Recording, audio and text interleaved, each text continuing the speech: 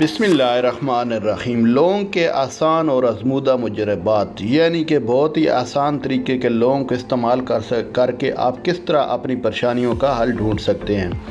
अगर सर में दर्द हो और सर्दी की वजह से सर का दर्द हो तो लौंग का तेल माथे पर आप लगाएं, इससे फौरी आराम आ जाएगा।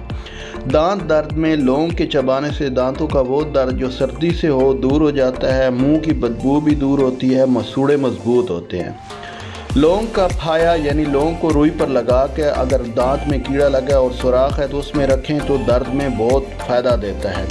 अगर आपको कमज़ोरी है, जिनसी कमज़ोरी है, कोई भी कमज़ोरी है, तो आधा ग्राम लौंग पीस कर उसको आपने जो दूध की बलाई होती है उसमें मिला के मिक्स करके आपने नीम गर्म दूध के साथ 30 दिन इस्तेमाल करना है। शादी से पहले, शादी के बाद की कमज़ोरी में बहुत मुफीद है।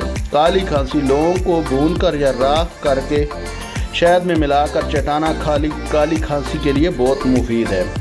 अगर हाजमा ख़राब हो तो दालचीनी, लौंग और चीनी बराबर लेकर आपने इसको पाउडर बना लेना है और 2 ग्राम की मकदार में यानी आधा चम्मच की मकदार में फांकने से हाजमे की ख़राबी दूर हो जाती है। अगर मौसमी बुखार की वजह से हो तो लौंग चराता आपने दोनों वज़न लेकर, हम वज़न लेकर यानी बराबर वज़न में लेकर 2 ग्राम हमरा पानी देना बुखार के लिए मुफीद है। गैंठिया यानी जोड़ों के दर्द के लिए लौंग के तेल की मालिश करने से जोड़ों का दर्द दूर होता है और मालिश करके आपने इसको पानी से बचाना है। मच्छरों से हिफाजत, लौंग का तेल 10 ग्राम, तिल का तेल 25 ग्राम मिलाकर रखें और अपने जिस्म को जो खाली हिस्से होते हैं उस पर सो जाएं, इससे मच्छर नज़दीक नहीं आएंगे।